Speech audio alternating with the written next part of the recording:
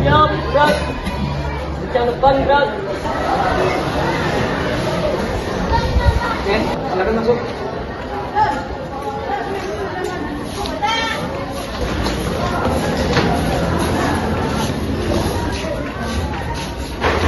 Nih, silakan baginya dimasukkan. Ya. Assalamualaikum.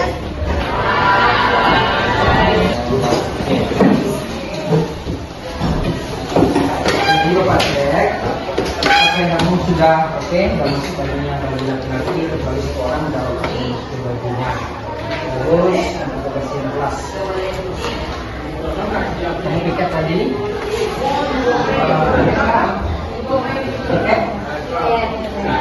Kapan piketnya? Kemarin apa pagi ini? Terus siapa yang piket kemarin? Coba kanan. Siapa yang piket kemarin? Oh enggak? Tuh, 2, 3, 4 5 orang. Terima kasih. Bisa kita mulai? Bisa. Silakan ketua kelas dulu. Siap, duduk di tempat. Berdoa mulai.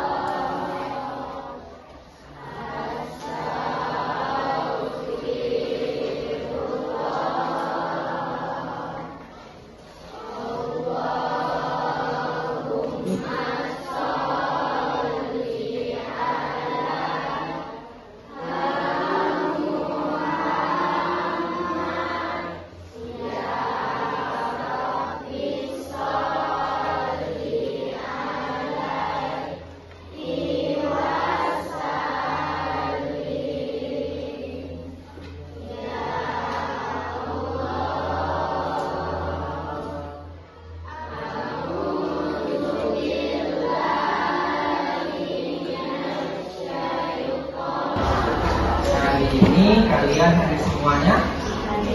Hadir semua. Siapa yang tidak hadir? Azima. Mana Azimanya? Jadi KKA. Kalau kalian buka nanti di YouTube, coba aja cari di rumah apa itu KKA. Nanti kalian akan paham. Kalian akan dipandu apa itu kecerdasan artifisial atau coding. Ya. Nah, untuk pemahaman kamu hari ini, karena ini baru pertama ya, kita akan lihat nanti satu persatu pengertiannya, kegunaannya, dan manfaatnya bagi kehidupan kita sehari-hari. Oke. Berpikir komputasional. Nah, ini udah ada 2 ya. Yang pertama itu tadi coding. Istilah coding kamu baru pertama kali mendengarkan. Kemudian yang kedua, berpikir komputasional. Pernah nggak kalian dengarkan apa itu berpikir komputasional? Atau orang sebut-sebut? Pernah nggak? Kamu dengarkan orang nyebut berpikir komputasional? Ada nggak? Sudah pernah belum? Belum. Sekarang ini udah zamannya teknologi. Artinya kita sudah kalian pastinya sudah menggunakan, tapi karena belum tahu apa sih berpikir komputasional. Secara sederhana saja, bisa nggak kalian pikirkan apa itu kira-kira menurut kamu apa itu berpikir komputasional? Ini menurut kamu aja. Ada yang bisa jawab? Menurut kamu berpikir, kamu kalau berpikir apa yang dipikirkan, apa yang diolah? Nah, pastinya otak. Nah, berpikir komputasional kira-kira apa itu? Komputasional itu kira-kira apa? Jadi berpikir komputasional itu kira-kira apa? Nah, berpikirnya seperti Nah, itu sederhananya. Kita berpikir layaknya berpikir Kalau berpikir komputer itu gimana? Biasanya terurut, runtut, ya. berpikir secara komputer. Nah, agar kamu lebih paham, nanti Bapak lihatkan kamu video pendek apa itu coding, apa itu berpikir komputasional. Silakan disimak ya. Nanti kalau Bapak tanya, kalian harus bisa menjawabnya. Oke? Nah, kita. Nah, ya, memudahkan manusia untuk menyelesaikan masalah menggunakan konsep ilmu komputer. Nah, ini dia. Di era digital saat ini, kemampuan ini sangat penting, ya, penting dalam pembelajaran dan dalam kehidupan sehari-hari, seperti yang Bapak sampaikan tadi. Nah, apa manfaatnya? Ini manfaatnya dengan memahami berpikir komputasional, kita semua manusia dapat lebih siap menghadapi perubahan dan berinovasi dalam menghadapi masalah. Kalian punya masalah nggak? Nggak punya? Woi, hebatnya kalian keren ya, nggak punya masalah. Bapak paling banyak masalah Bapak. Nanti Bapak ceritakan. Kita lihat.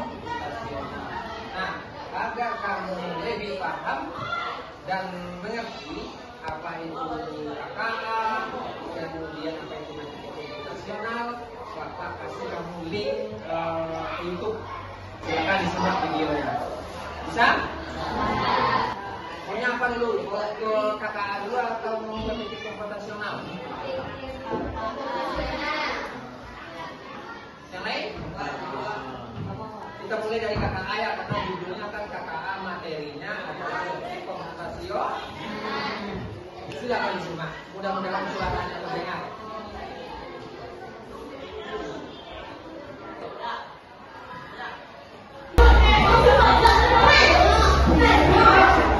Koding dan kecerdasan artifisial dalam pembelajaran. Pengertian dan konteks. Coding, pemrograman adalah proses menulis instruksi untuk komputer agar menjalankan tugas tertentu. Sementara kecerdasan artifisial (KAI) adalah cabang teknologi yang meniru kecerdasan manusia untuk memecahkan masalah, belajar, dan membuat keputusan secara otomatis. Integrasi coding dan kecerdasan artifisial di dunia pendidikan semakin dianggap penting untuk mempersiapkan generasi muda menghadapi tantangan di era digital dan solusi industri 4.0. Manfaat coding dan AI dalam pembelajaran meningkatkan literasi digital. Coding dan AI bukan hanya soal kemampuan teknis, tetapi juga membentuk literasi digital siswa agar menjadi pencipta teknologi, bukan sekadar pengguna.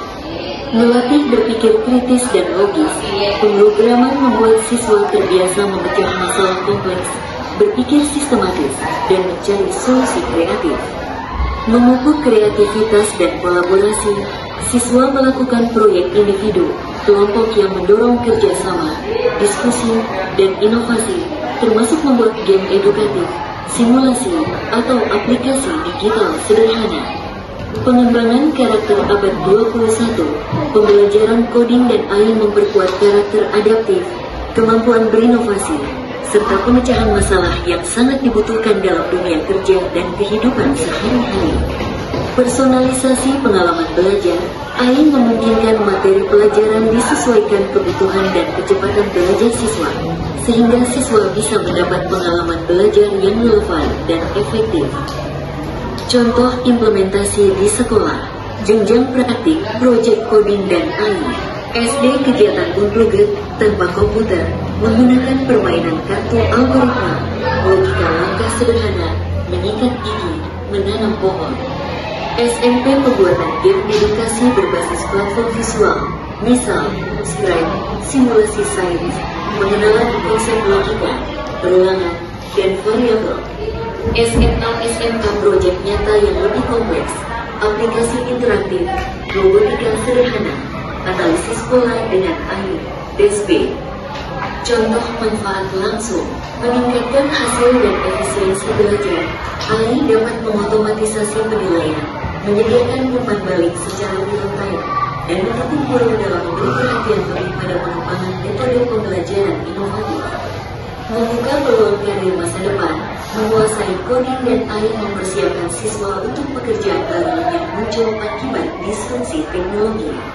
Meningkatkan pemahaman lintas mata pelajaran, proyek coding dapat diintegrasikan dengan matematika, membuat program menghitung secara otomatis, diolah atau kode yang ada di dalam sebuah program.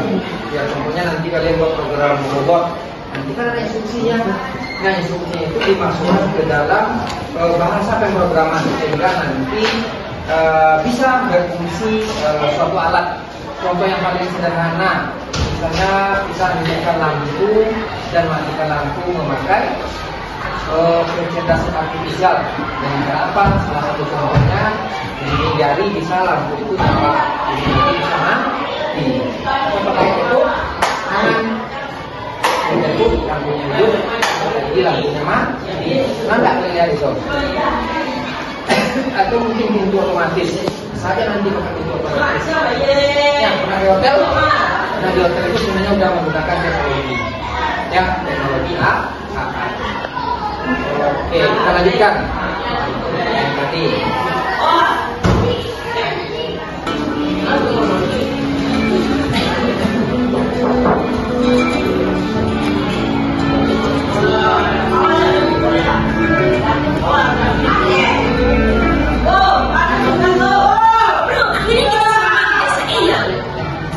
Guys, ini bukan sekedar hiburan, tapi kali ini kita akan belajar dari kehidupan pakai cara berpikir komputasional.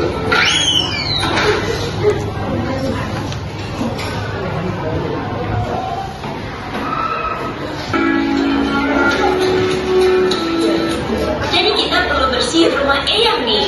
Gimana kalau kita bagi tugas aja supaya lebih cepat? Setuju, tapi kita mulai dari mana? Aku bakal sapu debunya, terus Radeva akan pel lantai dan Radeva beresin di rakyat. Dekomposisi artinya memecah masalah besar menjadi bagian-bagian kecil yang lebih mudah dikerjakan.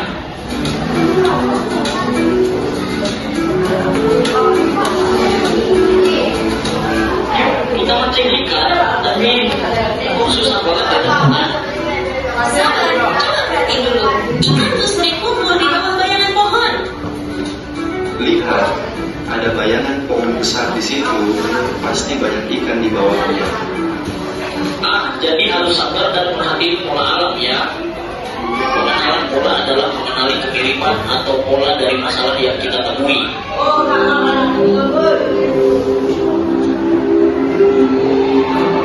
Wah, ada banyak pohon di sini. Gimana caranya nyari yang paling pas? Kita cari pohon mangga yang udah matang aja. Jangan terlalu banyak mikirin yang belum berbuah. Jadi kita abaikan aja pohon yang belum berbuah. Fokus ke yang penting. Betul, itu namanya abstraksi. Kita hanya memilih informasi yang relevan. Abstraksi artinya mencari informasi yang penting dan mengabaikan hal yang tidak relevan. Oke, sekarang kita buat jus mangga. Ada langkah-langkahnya nih. 1. Cuci mangga. 2. Potong buah. 3. Masukkan ke blender. 4. Tambahkan gula dan air. 5. Saring dan sajikan. Algoritma adalah langkah-langkah Keempat komponen menyelesaikan masalah. utama berpikir komputasional. Apa tadi katanya dari video? Ada yang ingat nggak? Ada dekomposisi. Terus ada apa lagi? Ada apa lagi tadi? Ini ada contohnya. Boleh kalian baca-baca? Silakan kamu baca. Bapak kasih kamu waktu lebih kurang 5 menit.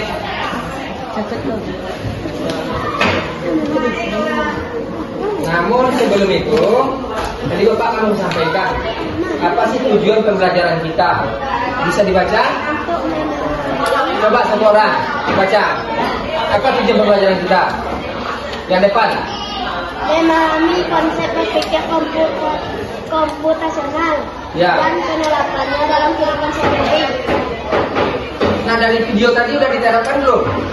Dari video animasi tadi. Sudah. Udah kan? Sudah. Nah, ada cucu-cucu nenek itu pulang kampung. Nah, kemudian ada urutan pekerjaannya. Mulai tadi dari bersih-bersih rumah sampai ngambil mangga, terus buat apa tadi? Buat jus. Nah, di sini sudah tergambar seluruhnya tentang berpikir komputasional. Ya, agar kamu lebih paham, silakan kamu baca materi ini. Oke, Bapak kasih satu menit. Dalam hati. Boleh nanti kamu simpulkan di catatannya.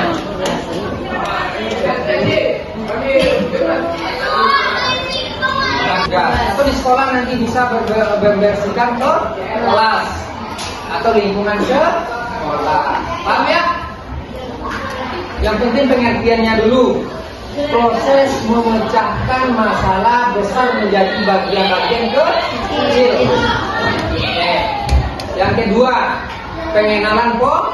Pengenalan pola adalah proses mengenali hubungan tren dalam data yang membantu kita membuat keputusan lebih baik. Apa contohnya?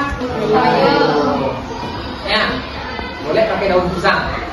Pernah kalian pakai payung daun pisang? Yang tinggal di kampung pasti pernah sama bapak.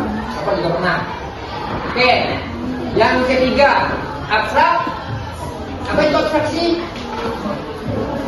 Nah, menyederhanakan informasi kompleks untuk fokus pada hal-hal yang penting. Apa contohnya dari video tadi? Nah, di tempat nenek ada banyak pohon mangga. Yang dipilih mana tadi mangganya? Dan ada buah. Abaikan yang tidak punya buah. Ngapain kita muter-muter di keliling kebun? Kalau tidak ada buahnya, kita fokus saja langsung cari pohon mangga yang ada buahnya, yang sudah masak atau siap untuk dipanen. Seperti itu. Lanjut, algoritma. Nah, dari video tadi apa itu algoritmanya? Dari video tadi,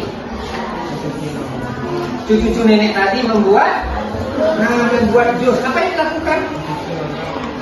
Ya, mengurutkan langkah-langkah mulai dari awal pembuatan jus sampai siap untuk diminum atau disaji. Apa kira-kira langkah yang pertama? Cuci mangganya, terus kupas, terus potong, terus blender. Ada campurannya?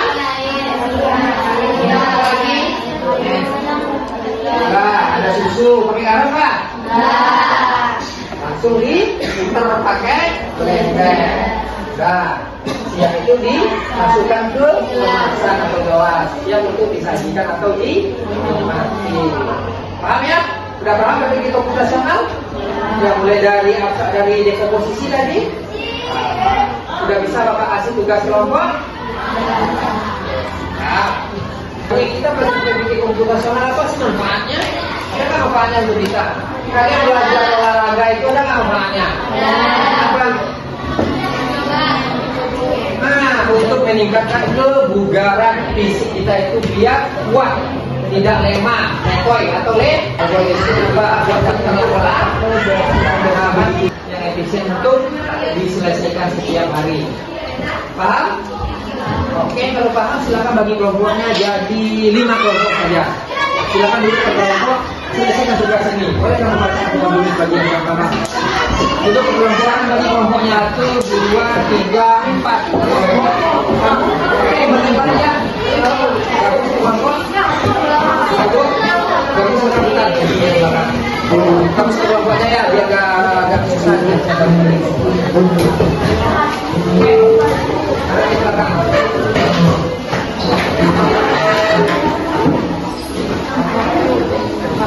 Silakan kelas. Ya, satu kelompok satu aja. Nah, nanti kamu bagi dalam kelompok itu siapa yang nyapu, yang ngelap meja, yang bersihkan papan tuh tulis. Kalau ada yang lain boleh tambahkan. Mungkin bersihkan meja guru atau bersihkan kaca boleh ditambahkan. Bagi-bagi orangnya. Terus yang kedua, kamu kenali waktu tertentu di mana kelas paling banyak digunakan dan perlu dibersihkan. Kapan kelas itu kotornya dan kapan perlu dibersihkan. Yang ketiga, kamu buat jadwal yang efisien tanpa harus memasukkan setiap yang detail. Kamu buat jadwalnya. Yang terakhir nanti kamu buat daftar langkah-langkah pembersihan yang efisien. Bagaimana langkah-langkahnya? Setelah itu kita presentasikan ke kelas. Oke, paham? Kamu yang dibuat,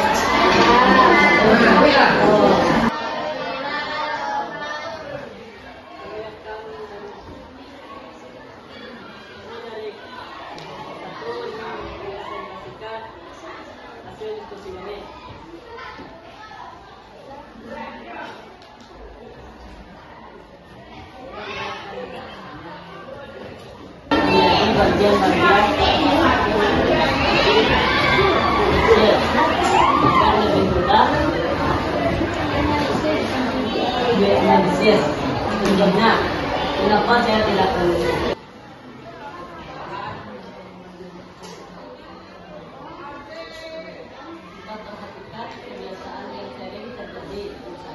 Disertasi tentang ilmu kelompok. Kepada kelompok 1, kamu sudah bisa mengerjakan tugas dan kamu sudah paham cara berpikir komputasional, yaitu kamu buat tadi apa judulnya? Mengapa saya bangun kesiangan? Nah, ada penyebabnya di situ. Ya, ada polanya sudah. Kamu bisa juga ambil dari hal yang lain. Misalnya tentang pembersihan ke kelas. Ya, terima kasih untuk kelompok itu. Silakan boleh di. Salah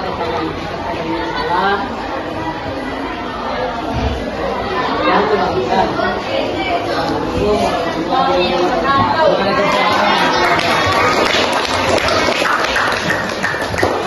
Silakan nanti ini di fotokopi untuk kita tugas ini kamu kerjakan di rumah. Minggu depan kita lanjutkan. Ya, untuk teks hari ini, bagaimana kamu sudah paham dengan berpikir komputasional. Dan minggu depan, ini materi kita ya untuk minggu depan atau pertemuan berikutnya.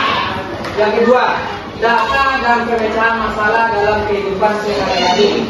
Ini nanti yang akan kita bahas di minggu depan. Namun sebelumnya, nanti Bapak akan bagi tugas yang pertama ini tugas individu, tugas per orang. Jangan bilang, dikumpulkan, kemudian nanti akan Bapak kasih nilai dan Bapak kembalikan sama kamu. Sampai di sini ada pertanyaan? Paham semuanya? Paham semuanya dan Bapak cukup sampai di sini.